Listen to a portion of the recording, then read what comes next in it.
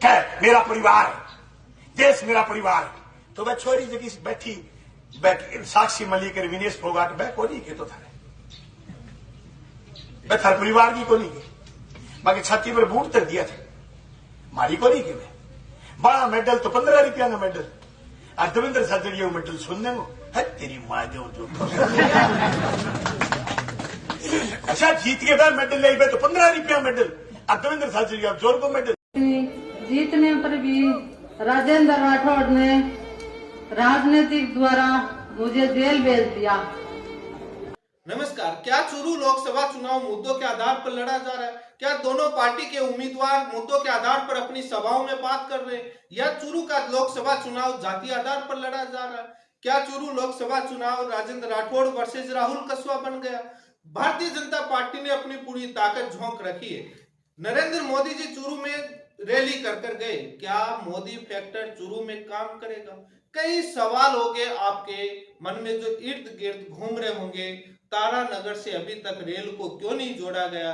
क्या वास्तव में ही यमुना पानी चूरू को मिलेगा पूरे को, या बाद में ये एक कुछ ही क्षेत्र को मिलेगा, जुमला बनकर रह जाएगा? कई सवाल होंगे। दोनों पार्टियां क्या बेरोजगार किसान मजदूर के लिए बात कर रहे हैं या बाद में अलग अलग मुद्दों पर चुनाव लड़ा जा रहा है, जातीय आधार पर लड़ा जा रहा है? कई वीडियो वायरल हो रहे हैं जहां पर डीजल दारू की तस्करी की बात होती है तो कहीं पर मुद्दों की बात होती है। नरेंद्र मोदी जी सभा कर जाते हैं, उस दिन राजेंद्र राठौड़ सभा से कहते हैं कि अब याचना नहीं अब रण होगा। कुछ वो शायरी बोलते हैं, उस पर भी चर्चा करूंगा। राजेंद्र राठौड़ क्या बोलकर जाते हैं? वहीं दूसरी तरफ राहुल कस्वा रात को सभा कर आते हैं तो घर में कढ़ी बनाते हैं। हाँ जी एमपी साहब, कहाँ से आ रहे हो भाई? अरे भैया आ रहे हैं बादरा से। क्या बना रहे हो? ये भैया कड्डी में छोंक मार रहे हैं। कड्डी में छोंक बना रहे हो? कड्डी फेवरेट है क्या आपकी? बिल्कुल है जी। क्या बात। तो पूरे दिन से कुछ खाया नहीं है अभी? खाया है, ये भूख लग रही है। कितने क्या टाइम हुआ? 12:10। कोई खास बात नहीं है। कितने गांव कवर किया आज? आज 20 करे बादरा के। अच्छा 20। 85 प्रोग्राम रहा है। क्या क्या लग रहा है? शानदार शानदार। कोई कमी नहीं है। तो थोड़े थोड़े कट बैठे ना कि अच्छा कड्डी खाऊंगे थोड़े सेल्फी लेंगे। सही है। तो इतनी एनर्जी कहाँ से लेके आता है शाम तक बिल्कुल ऐसे फिट तरोताजा? कड्डी खा क्या अच्छा सही है। तो कुकिंग का तो काफी पहले से शौक है आपको? कुकिंग हमारा मुझे लगता है कि खाना अच्छा हो तो ठीक रहता है आदमी का। अच्छा।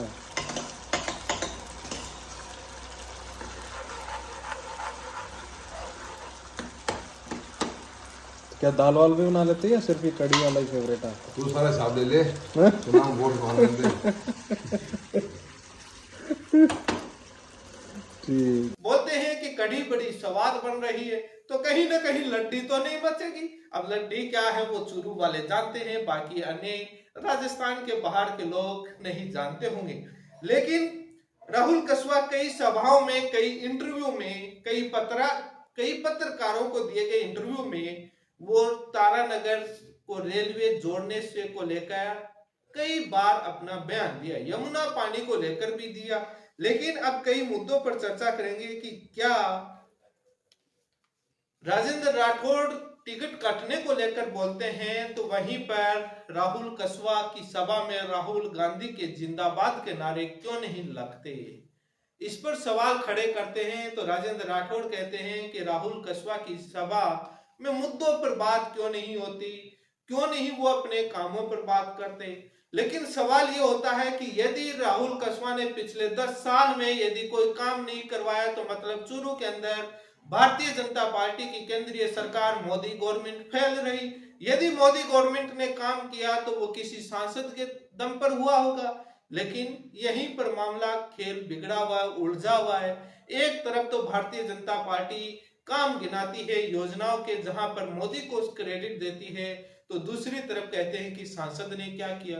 सांसद महोदय कहते हैं कि भारतीय जनता पार्टी के तमाम सांसद थे वो कई उदाहरण पेश करते हैं कि ये मेरी मेहनत के दम पर योजनाओं का लाभ मिला चूरू को, जहां पर फसल बीमा, स्टेडियम को लेकर कई बातों को लेकर वो कहते हैं। लेकिन कई मुद्दे आपके मन में होंगे, कई सवाल होंगे जो आपके इर्द गिर्द घूम रहे होंगे, कई वीडियो वायरल होते हैं। एक वीडियो है मेरा परिवार, देश मेरा परिवार, तो वह छोरी जगह से बैठी साक्षी मलिक विनेश फोगाट वह को नहीं के तो थारे वह थार परिवार की को नहीं के बाकी छाती पर बूट तक दिया था मारी को नहीं के मैं बड़ा मेडल तो 15 रुपया का मेडल और देवेंद्र साजड़िया मेडल सुनने को है तेरी माँ जो अच्छा जीत के बाद मेडल ले तो 15 रुपया मेडल और देवेंद्र साजड़िया जोर को मेडल। कई हेड कांस्टेबल जैसे छोटे पदों पर बैठे लोग भी आईजी की रोब दिखा रहे हैं। इनका नाम लिख लेना लाल डायरी पर। चुनाव के बाद में आपका ये सेवक आपके बीच में आएगा और आपसे वो लाल डायरी लेकर चुन कर उनसे हिसाब किताब पूरा नहीं किया तो मुझे भी क्या करना। एक वीडियो सोशल मीडिया पर वायरल होता है जहां पर नरेंद्र मोदी सभा कर जाते हैं और राजेंद्र राठौड़ उस समय खड़े होते हैं, तो उसको लेकर भी सोशल मीडिया है। सोशल मीडिया के जमाने में कई तरह की बातें होती। क्या चूरू का चुनाव राजेंद्र राठौड़ वर्सेस राहुल कसवा बन गए? राजेंद्र राठौड़ ने अपनी पूरी ताकत लगा रखी। वहीं पर राजेंद्र राठौड़ के बेटे पराक्रम राठौड़ सभाओं में कहते हैं कि ये परिवारवाद। अब परिवारवाद की बात आती है तो उस पर भी थोड़ी बहुत तो अपने को चर्चा करनी चाहिए कि असलियत में राहुल कसवा के समर्थक क्या कहते हैं। दूसरी तरफ हरलाल सारण चूरू के भाजपा विधायक ने भी अपनी पूरी ताकत झोंक रखी है। राहुल कसवा के ऊपर वो भी कटाक्ष कर रहे हैं, लेकिन राजेंद्र राठौड़ की सभा जब करने जाते हैं तो कई लोग पीछे से विरोध करते हैं। उस समय राजेंद्र राठौड़ कई बातें कहते हैं तो हरलाल सारण जब कहीं पर सभा कर रहे होते हैं तो वहां पर विरोध करते हैं। लेकिन राजेंद्र राठौड़ कई और बातें कह रहे हैं, उन सभी बातों पर विस्तार से चर्चा कर लेते हैं। यदि आप चैनल पर पहली बार जुड़े हैं तो चैनल को सब्सक्राइब करें। चूरू के चुनाव को लेकर मैंने कई बार विस्तार से चर्चा की है, अलग अलग मुद्दों को लेकर कई चर्चा करी। आज भी चर्चा करूंगा कि कौन सा उम्मीदवार कितनी मुद्दों पर बात करता है, कौन सी पार्टी कितने मुद्दों को लेकर बात करती है। नरेंद्र मोदी जी की सभा में कौन से मुद्दों पर बात हुई, कौन से मुद्दे छूट गए, जहां पर बीजेपी की बड़ी उपलब्धि थी उनके ऊपर चर्चा क्यों नहीं हुई। तमाम बातों को लेकर विस्तार से चर्चा करूंगा। तो चूरू के विकास को लेकर भी चर्चा कर लेंगे, क्योंकि चूरू विधानसभा में भारतीय जनता पार्टी का ही शासन रहा है, वहीं से उम्मीदवार जीत कर आए। तो तमाम आपके सवाल होंगे, उन सवालों पर भी चर्चा करेंगे। आप जुड़े रहे, देखिए वीडियो पूरा। चूरू लोकसभा में कहीं पर एक सभा हो रही थी। उस सभा के दौरान राजेंद्र राठौड़ बात कहते हैं कि मुंह में राम बगल में छुरी। ये नारा उस समय भी लगा था जब तारानगर विधानसभा चुनाव का था। इस नारे को लेकर मैंने पीछे के वीडियो में चर्चा करी है, आप देख लेना। बट इस सभा में ये बात कहते हुए राजेंद्र राठौड़ कहते हैं कि 4.5 साल आपका काम पड़ेगा, गांव गली व्यक्तिगत काम पड़ेगा। डीजल लकड़ी की तस्करी करनी है, दारू की भी तस्करी करनी है, धंधों भी करना है, तो कैसे होएगा? वो क्या कहते हैं एक बार वो सुनिए, उसके बाद चर्चा करते हैं। भाई बार मुंह में राम बगल में छुरी रखा है। मेरी गलत आदत गलेड़ी है, आज भुगतू मैं। नबी साहब क्यों भैया 4.5 साल तक काम पड़ेगा, मरूं 5 महीना भी कौन निकलेगा। वहम में क्या हो, गांव को काम पड़ेगा, गली को काम पड़ेगा, व्यक्तिगत काम पड़ेगा। बाकी थे तो सीधा साधा हो। डीजल की तस्करी भी करनी है, लकड़ी की तस्करी भी करनी है, और भी धंधा करना है, और दारू की तस्करी भी करनी है, अवैध दारू बेचनी भी है, डीजल की तस्करी भी करनी है, लकड़ी की तस्करी भी करनी है, दारू की तस्करी भी करनी है, अवैध। आपने राजेंद्र राठौड़ का ये सभा का वीडियो सुना। ये सभाएं होती हैं तो नॉर्मल कई तरह की बातें करती हैं, और क्या होता है वो अकेले चूरू की बात नहीं है, सभी जगह राजनीति एक इसी का नाम है। जनता को वोट लेने के लिए अलग अलग बातें की जाती है। लेकिन राहुल कसवा के समर्थक राहुल कसवा इस पर बड़ा ही कटाक्ष कर रहे हैं, इसको लेकर घेर रहे हैं। वो लिख रहे हैं कि क्या चुरू को आप क्या बनाना चाहते हैं। लेकिन इसी के साथ राजेंद्र राठौड़ एक जगह सभा कर रहे होते हैं। वो कहते हैं कि अरे धरती को बीज तू ही है गे, मालिक तू ही है गे, विचार अलग हो सकते हैं, मतभेद हो सकते हैं, यदि नहीं मिलते हैं तो सभा में मत आया करो। वो भी आप थोड़ा सुनिए। मेरे आपको निवेदन है, कोई बात नहीं भाई, जय भी है कुल सब भी है। रुक जा भैया,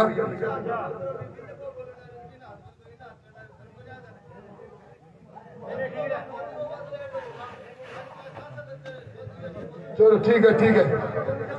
अरे तू धरती को बीज तू ही है के, मालिक तू ही है के।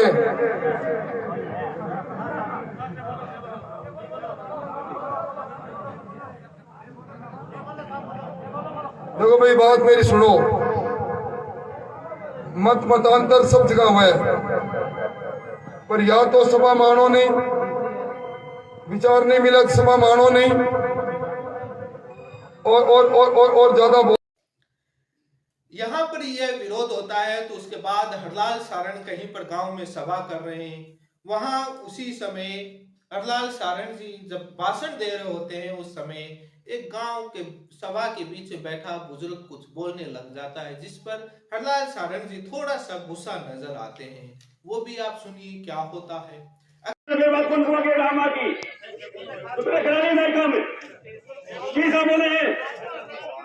दुख सुख का साथी रहना तो ये सदा गाँव में मैं क्या कर रहा हूँ, उसकी बात सुन रही हूँ।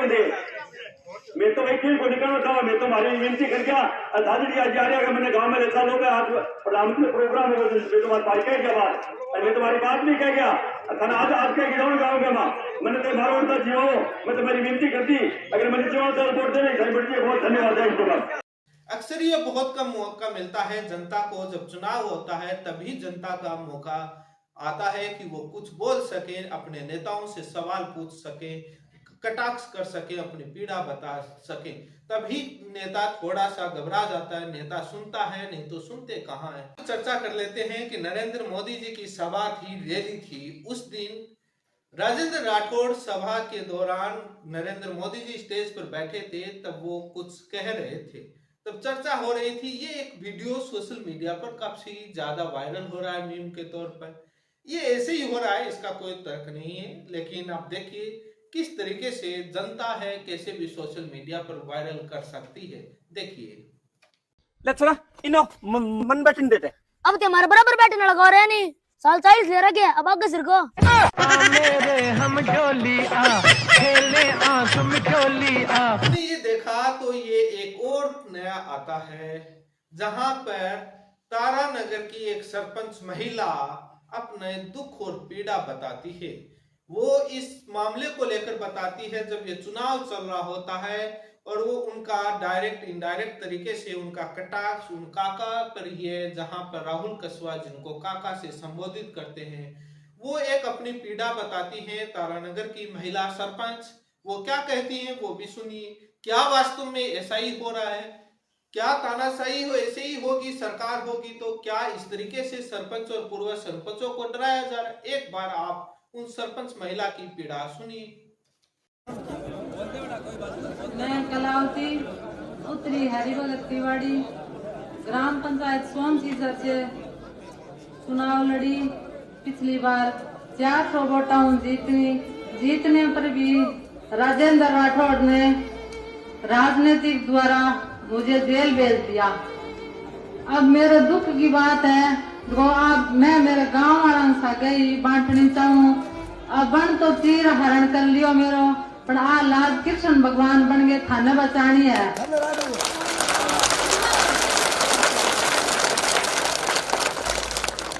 मैं 2 साल तक बहुत मेरा छोटा बच्चा, मेरी सासू बहुत बीमारी, मैं बहुत भाग दौड़ करी, मैं बहुत ज्यादा दुख पाई। मेरा छोटा बच्चा बन रोटियां भी फोड़ो गयो, मेरे सासू सफाई मारते बैठी, दिन पानी ले गया पी कौन पी तो, पर वो मेरा लाड़ चप्पल खोल के ले गयो। पर सोन सीसर पंचायत की जनता ही बन मन बचाई अब थे बचाओ सगा सगा उसो गाँव वाला जदी मेरी लाज बच्ची सगा होना था मैं जैसे कृष्ण ने रक्षा की थी वैसी तेरी रक्षा मैं करूंगा। तेरे साथ जो अन्याय हुआ, तेरे बच्चों के साथ अन्याय हुआ, तू चुनी हुई सरपंच थी और नाजायज तरीके से उन्हें जेल में डाल दिया। ये तेरे गांव के भाई ना, ये तेरी बात रखेंगे सब लोग। इसके बाद बात आती है, आपने सुना, अब आप इस पर निर्णय करते रहना। मैं तो सभा के हुए वीडियोस वायरल बता रहा हूं, अब आपको परखना है, क्योंकि आप बुद्धिमान आदमी हैं, भले पढ़े लिखे ना हो, बुद्धिमान हैं आप। पढ़े लिखे हैं तो और ज्यादा माइंड अप्लाई कर सकते हैं, विश्लेषण कर सकते हैं।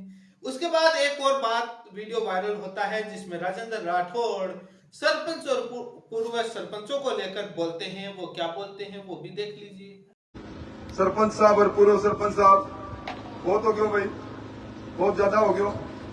तो लोकतंत्र को उत्सव सब ने मना दिया भाई। अब गए 3-5 करेंगे तो 5 इच्छा हो जाओगी, अच्छो नहीं लागे बात। तो सारा जना मिलके भाई। आपने सुना। अब बात कर लेते हैं कि रतनगढ़, चूरू के रतनगढ़ तहसील में राजस्थान के मुख्यमंत्री भजनलाल शर्मा जी एक रैली कर जाते हैं, सभा कर जाते हैं। उसमें झुंझुनू के नेता शीश रामोला के बेटे ब्रिजेंद्र ओला पर कुछ कटाक्ष करते हैं और जिसमें वो कहते हैं कि कांग्रेस ने यमुना पानी को लेकर कितना क्या लेटर लिखा, वो तमाम बातें बोलते हैं। वो आप सुनना, आप सुने वो क्या कहते हैं। हमारे एक झुंझुनू के नेता, बड़े नेता, उनके पिताजी भी बड़े नेता रहे। उन्होंने क्या किया, 1-2 बार इंजीनियरों को लाए, भाटा लगवा दिया कि यमुना का पानी लेकर के आऊंगा। मैं आपसे कहना चाहता हूं मित्रों, कांग्रेस का मुझे एक भी पत्र ऐसा नहीं मिला कि उसने हरियाणा सरकार को या केंद्र की सरकार को कोई यमुना समझौते के लिए कोई पत्र भी लिखा हो, कोई पत्र भी लिखा हो। आज तक उन्होंने कोई काम नहीं किया। अगर पत्र भी आपने ये मुख्यमंत्री जी का बयान सुना। अब इसी पर चर्चा करते हैं तो राहुल कसवा यमुना के पानी को लेकर बोले हैं। उन्होंने कहा है कि चूरू की लाखों हेक्टेयर जमीन बताई है चूरू की, और यमुना का पानी मिलेगा कुछ ही को, तो पूरे चूरू को कैसे मिलेगा। वो राहुल कसवा यही पूछ रहे हैं कि कैसे चूरू को मिलेगा। ये जुमला मत बनाओ, वास्तविक स्थिति डॉक्यूमेंट रखो जो एमओयू हुआ है। उन्होंने ये भी कहा कि कितना पानी मिला उसको लेकर हरियाणा के उस समय के मुख्यमंत्री मनोहर लाल खट्टर जी को भी सुन लेना चाहिए। ये बात तो सही है, आप भी सुनिए मनोहर लाल खट्टर जी क्या बोलते हैं। वैसे मैंने पीछे वाले वीडियो में सुनाया था, आप वहां जाकर के सुन लेना कि मनोहर लाल खट्टर जी क्या बोलते हैं। लेकिन एक बात पुनः सुन ले, उसमें विस्तार से मैंने बताया था। इन्होंने एक एग्रीमेंट की चर्चा की है, उसके बाद उसी समय जो एग्रीमेंट 2000 के बाद 2001 या 2002 में फिर एग्रीमेंट हुआ, जिसके अंदर बाकायदा ये बताया गया कि कहां से पानी अवेलेबल होगा। पहले पानी के कहां से अवेलेबल लेना है इसका कोई जिक्र नहीं था, केवल उसमें पानी का बंटवारा किया गया था। इतना पानी हरियाणा को मिलेगा, इतना पानी राजस्थान को मिलेगा, इतना अलग अलग प्रदेशों के हिसाब से 5, आपने ठीक कहा कि 5 प्रदेशों के मुख्यमंत्रियों ने किया। लेकिन पानी कहां से मिलेगा यह नहीं था। फिर से जो एक समझौते में तय किया गया कि हथनीकुंड से इतना मिलेगा, ओखला से इतना मिलेगा। वो शायद 1900 कुछ क्यूसेक पानी हथनीकुंड से उनका मिला हुआ था। लगातार फिर इसमें कई विवाद चलते रहे। विवादों में ये था कि उनका प्रो रेटा पानी, यानी जितना पानी अवेलेबल होगा उसका प्रोपोर्शनेटली हरियाणा और राजस्थान और बाकी सब लेंगे। इस पर हरियाणा का अपना स्टैंड था कि नहीं, हम ये नहीं करेंगे। हरियाणा की जितनी आवश्यकता है, जो हमारी उस समय कैपेसिटी थी 13,000 क्यूसेक की, हमें 13,000 क्यूसेक पहले दे दो, बाद में पानी आपका बचता तो आप हथनीकुंड से ले लो। संयोग से बाद में हरियाणा का स्टैंड ये रहा कि हमें अपना पानी चाहिए, पूरा चाहिए। आगे चल करके हमने उस 13,000 को पहले 18,000 किया कि 18,000 अब हमारा हो गया, अब 18,000 हमको चाहिए, इसके बाद आपको मिलेगा। ये झगड़ा उस समय से यही चल रहा था, जिसके ऊपर हरियाणा सरकार का यही स्टैंड था कि हम पहले हरियाणा का पानी पूरा करके फिर बचता है तो आपको मिलेगा। इस बीच में हमने अपने हरियाणा के लोगों की सहूलत के लिए या अपनी अवेलेबिलिटी के, अब मनोहर लाल खट्टर जी ने बता दिया कि यमुना का पानी की स्थिति हरियाणा को लेकर। लेकिन सवाल आता है कि 2014 से मोदी गवर्नमेंट है, अभी तक यमुना पानी आ जाना चाहिए था, 10 साल क्यों डिले किया। 5 साल तो यहाँ पर भी भाजपा की सरकार थी, केंद्र में भी कितना हेक्टर क्या मिलेगा, चूरू को भी मिलेगा, झुंझुनू को भी मिलेगा, सीकर को मिलेगा, किसको पेयजल मिलेगा, किसको सिंचाई मिलेगा, कितना हेक्टर होगा, वो कुछ भी नहीं रखा जा रहा। ये जनता पूछती है और ये राहुल कसवा के समर्थक भी पूछ रहे, क्योंकि योजना मिलती चूरू के कुछ लोगों के कुछ हेक्टर की जमीन तक, उसको प्रचार कर दिया जाता है जैसे पूरे चूरू को मिलेगा। इसलिए ये जनता के मन में सवाल है कि कितना हेक्टर मिलेगा, कितना पानी मिलेगा, उसकी भी तो लिमिट बताइए, ताकि जनता के समझ में आए कि इतना ही मिलेगा, इतना क्यों नहीं मिलेगा। लेकिन खैर, इन बातों को छोड़े तो दूसरी तरफ बलवान पूनिया जी मोदी जी की गारंटी पर वो एक झोला खाली दिखाते हैं। वो कहते हैं कि नरेंद्र मोदी जी ने एक जो झोला दिया वो भी खाली दिया, जो गहलोत 1 किलो लूण नमक दे देते वो भी खा गए, वो भी नहीं दिया। वो क्या कहते हैं वो भी सुनिए। झूठ बोल बोल के और फिर प्रचार करें कि मोदी की गारंटी, जबकि खाद्य सुरक्षा को कानून तोड़ना चाहे। और कई राजस्थान में आया जगह चुनाव में बोले मोदी की गारंटी, मोदी की गारंटी, आज लो मोदी की गारंटी मेरे पंजाब में कहना रही यारी हारी मोदी गारंटी और मोदी और खाली दियो जोड़ो गांव गांव में बेईमान तो कोई 1 किलो लूण गाल तो गए लो वो लूण ही खा दियो। आज मोदी गारंटी और मोदी मैं थोड़ी को मोदी आप रहे हो देख लो, अरे मोदी का दस्तखत आए गारंटी। अब बात आती है टिकट कटने को लेकर। राजेंद्र राठौड़ बार बार कहते हैं कि चूरू की टिकट अकेले राहुल कसवा की नहीं कटी है। गंगानगर, झुंझुनू और चूरू का एग्जाम्पल रखते हैं उनके साथ, तो वो और भी कई कहते हैं कि बहुत सारी टिकटें कटी हैं। इसी के साथ कहते हैं कि चूरू की विधानसभा और वहां की विधानसभा में हारे, इसलिए इनकी टिकट कटी, लखनऊ के कारण कटी वो कहते हैं। लेकिन चूरू का जनता समझती है, चूरू की जनता इस बात को मान नहीं रही। बार बार भारतीय जनता पार्टी को समझाना पड़ रहा है सभाओं के दौरान कि राहुल कसवा की टिकट क्यों कटी, लेकिन जनता इस बात को स्वीकार नहीं कर रही। तभी तो बार बार समझाना पड़ता है। लेकिन राहुल कसवा इस बात पर अपनी बात लगातार रख रहे हैं, कटाक्ष कर रहे हैं कि टिकट कैसे कटी। लेकिन सवाल यह भी आता है कि विधानसभा चुनाव में भारतीय जनता पार्टी हारना क्या लोकसभा के सांसदों की जिम्मेदारी थी? क्या उन्होंने सभी विधानसभा क्षेत्रों की टिकटें उनके आधार उनसे पूछकर उनके राय मशुरा उन्होंने बांटी थी या किसने दी थी? उन पर जिम्मेदारी क्यों थोपी जाती है कि भैया आप विधानसभा चुनाव सारी सीटें हार गए, लगभग 1-2 सीटें जीते, तो आपकी जिम्मेदारी? ये कैसे हो सकता है? बात आती है कि किसने बीजेपी को कमजोर किया। एक तरफ आरोप लगाया जाता है कि राहुल कसवा ने बीजेपी को कमजोर कर दिया, तो राहुल कसवा कहते हैं कि काकोसा ने बीजेपी को कमजोर कर दिया। तो वहीं पर बसपा पार्टी का खेल आता है, जहां पर अलग अलग कई तरह की बातें कही जाती है। मैंने पीछे के वीडियो में चर्चा करी है, आप वहां जाकर के सुन लेना। लेकिन अब बात आती है कि नरेंद्र मोदी जी की सभा में राठौड़ जी बोलते हैं याचना नहीं अब रण होगा। वो क्या कहते हैं वो भी एक बार सुन लीजिए। कल तक मैं उनके लिए लक्ष्मण था, आज मैं दुर्योधन हो गया। भाइयों, सावधानी बरतनी है और सब लोगों को मिलकर वोट देना है। मोदी जी का मैजिक है, डबल इंजन की सरकार है। और मैं तो 2 बातें कहकर बात समाप्त करता हूं। हित वचन तूने नहीं माना, हित वचन तूने नहीं माना, मैत्री का मूल्य नहीं पहचाना, तो ले मैं अब भी आ जाता हूं, अंतिम संकल्प सुनाता हूं, याचना नहीं अब रण होगा, जीवन जय या मरण होगा। ये चुनाव अब आपने सुना कि अब याचना नहीं है, रण है। ये बात तो तय है, क्योंकि चूरू का चुनाव बड़ा टफ बनता हुआ जा रहा है। दोनों पार्टियों के अपने नाक का सवाल बनता हुआ जा रहा है। तो लेकिन पराक्रम राठौड़, राजेंद्र राठौड़ के बेटे अपने सभाओं में लिखते हैं, बोलते हैं सोशल मीडिया पर कि परिवारवाद को खत्म करना है। क्या पराक्रम राठौड़, राजेंद्र राठौड़ के बाद चुनाव नहीं लड़ेंगे? या वो चूरू की जनता समझ नहीं पा रही कि तारानगर विधानसभा चुनाव से अचानक से राजनीति में आए हैं तो कहीं ना कहीं राजेंद्र राठौड़ के उत्तराधिकारी होंगे। यदि राजेंद्र राठौड़ की जगह या आगे आने वाले चुनाव में वो चुनाव लड़ेंगे कहीं पर कभी भी, तो क्या वो परिवारवाद नहीं होगा?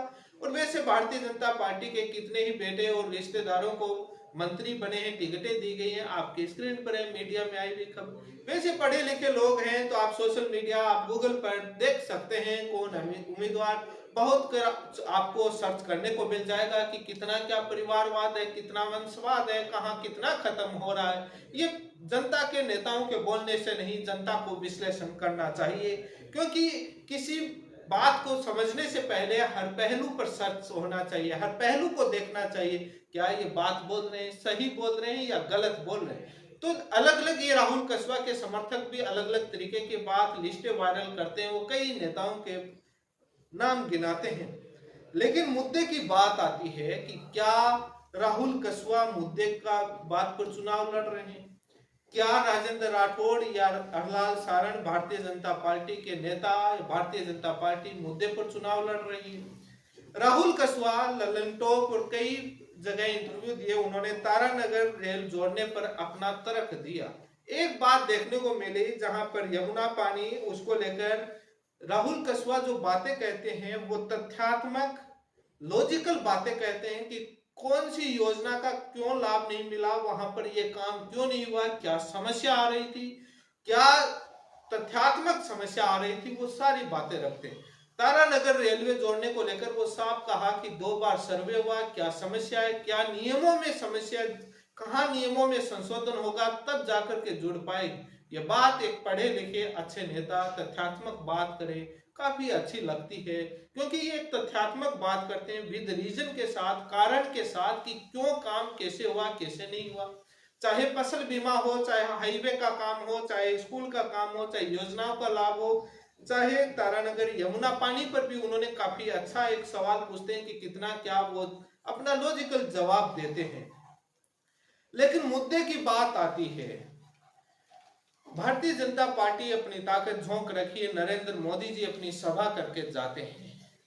जब भारतीय जनता पार्टी अपनी अग्निवीर योजना लेकर आई थी, उस समय जनता के बीच बड़ी ही ताकत झोंकी थी कि अग्निवीर योजना युवाओं के लिए बहुत बड़ी फायदेमंद है और अपनी उपलब्धि के तौर पर गिना रहे थे। लेकिन नरेंद्र मोदी जी अपनी किसी भी सभा में अग्निवीर योजना का जिक्र नहीं करते हैं, सर्जिकल स्ट्राइक का जिक्र करते हैं, लेकिन वही शेखावाटी जहां से सबसे ज्यादा फौजी बनकर जाते हैं, वहां अग्निवीर योजना उपलब्धि नहीं गिनाते कि अग्निवीर योजना आने से पहले की तुलना में इतनी भर्तियां बढ़ गई, हमने इतनी निकाल दी।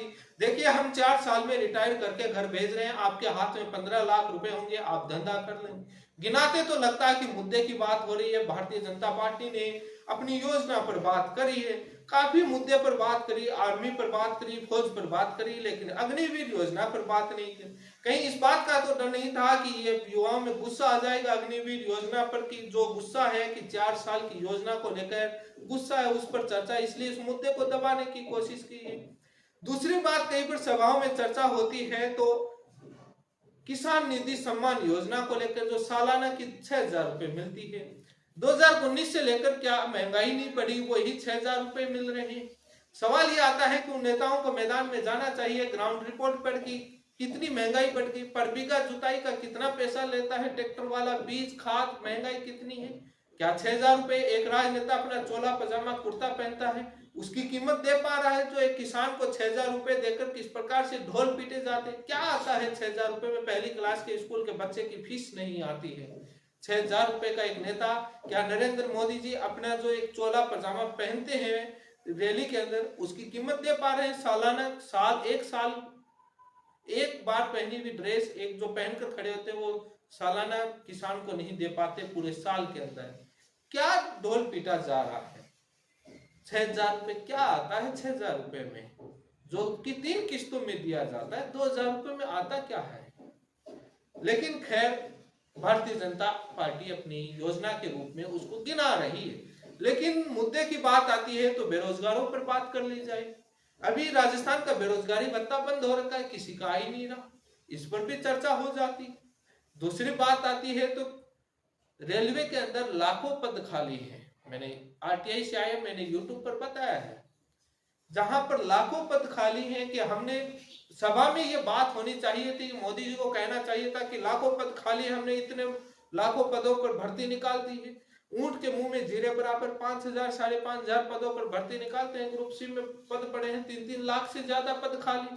बेरोजगारी पर कौन बात करके गया, महंगाई पर कौन बात करके गया, एमएसपी का गारंटी कानून, चूरू के किसानों को कितनी एमएसपी मिल रही है, कितनी लिमिट बढ़ाएंगे, क्या भाव मिल रहा है, क्यों औने पौने भाव पर बेचना पड़ रहा है, इस पर बात हुई नहीं हुई। मुद्दे पर बात कौन कर रहा है, यह सबसे बड़ा अहम सवाल है कि सरकारी भर्तियों नौकरियों को लेकर कितनी बात हुई, कौन कर रहा है। एमएसपी के कानून, एमएसपी कैसे मिलेगी किसानों को, कौन बात कर रहा है। यमुना पानी का रोड मैप रखिए, इतना हेक्टर जमीन सिंचाई को, इतना पानी पेयजल को, पेयजल और सिंचाई दोनों अलग चीज है, कितना क्या मिलेगा तब जनता अपने आप लगा ले। चूरू की जमीन थोड़ी नहीं है, कितना बड़ा एरिया, कितना पानी, तब जनता के सामने आएगा कि वास्तव में अपने को मिलेगा या नहीं। लेकिन कई अहम सवाल हैं, मुद्दों की बात कौन करता है, दोनों नेताओं के आप सभी रैलियों के भाषण सुनिए, पता लग जाएगा कि कौन कितनी बात करता है। सवाल भी आप पूछ लोगे ताकि आपके समझ में आएगा कि कौन कितनी बात करता है। जब भी पूछ पाओगे जब दोनों नेताओं के आप भाषण सुनोगे, अन्यथा आप कैसे सुनोगे। लेकिन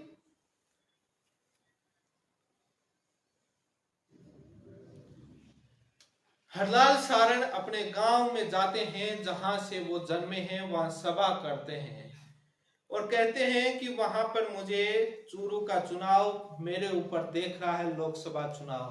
पूरे चूरू में वो अपनी वोट, अपने जितने वोटों से मिले उतने वोट लाने की कोशिश कर रहे हैं और जनता को कह रहे हैं ये काफी बड़ा सवाल है मेरे लिए, मुझे कुछ आगे बढ़ाना चाहते हो तो मुझे वोट दीजिए, मुझे आगे बढ़ाना चाहते हो। जब हरलाल सारण जब वहां पहुंचते हैं तो वहां पर बीजेपी के नेता भाषण देते हैं और उन 15 गांवों की चर्चा करते हैं जहां से बीजेपी ने इस बार आगे बढ़ा है। तब जनता के मन में सवाल आता है कि 2008-9 का विधानसभा चुनाव में उन गांवों का क्या रहा, इस बार वो बहुत बड़ा सवाल कैसे बना, यह भी तो एक सवाल बनता है कि इस बार आगे तो बढ़ाया, पीछे क्या हुआ, क्यों बढ़ाना पड़ा, क्या सवाल बना, यह तो अपने आप में एक सवाल जनता के बीच चर्चा का विषय है। लेकिन हरलाल सारण काफी काम गिना कर जाते हैं, काफी वो अपनी ताकत लगा रखी है। लेकिन ये चूरू का चुनाव है जहां पर अलग अलग तरीके की बातें चलती रहती, कई बातें, कहां पर बीजेपी कौन कमजोर करता है, कौन क्या करता है, इसको लेकर मैंने कई वीडियो बनाए हैं, आप जाकर देख सकते हैं। सवालों की बात आती है, मैंने एक विश्लेषण बताया है जो दोनों तरफ से सवाल है। राहुल कसवा कितने मुद्दों की बात करते हैं, वो अपनी योजनाओं को लेकर जाते हैं, अपने पीछे के 10 साल के काम गिनाते हैं कि कैसे कैसे भारत सरकार की योजनाओं का उन्होंने लाभ दिलाया, कैसे भागदौड़ करनी पड़ी। लेकिन कई बात आती है, कई पहलू आते हैं जिस पर कई तरह की चर्चाएं होती हैं। चुनाव का दौर है, आरोप प्रत्यारोप का दौर, लेकिन सभी अपना दिमाग लगाए, विश्लेषण करें कौन कितना मुद्दे की बात कर रहा है। बात होती है कभी राम मंदिर की, तो कभी बात होती है सर्जिकल स्ट्राइक की। चूरू के किसानों के नाम के आगे पीछे ऐसे ही राम लगता है, बोलते हैं उससे पहले राम राम सा कहते हैं, तो क्या उन बेरोजगार किसान मजदूरों का उससे पेट भर जाएगा। ये राहुल कसवा के समर्थक सवाल उठा रहे हैं, तो कांग्रेस भी उठा रही है। तो ये कई तरह के सवाल हैं। कांग्रेस अपना मैनिफेस्टो रोजगार को लेकर तमाम बातों को लेकर आई है, तो बीजेपी अपना अलग लेकर आएगी, बीजेपी अलग अपनी बात कर रहा है। लेकिन ये कई प्रकार के सवाल जनता के बीच उठ रहे हैं, आप विश्लेषण कीजिए। इसी के साथ धन्यवाद।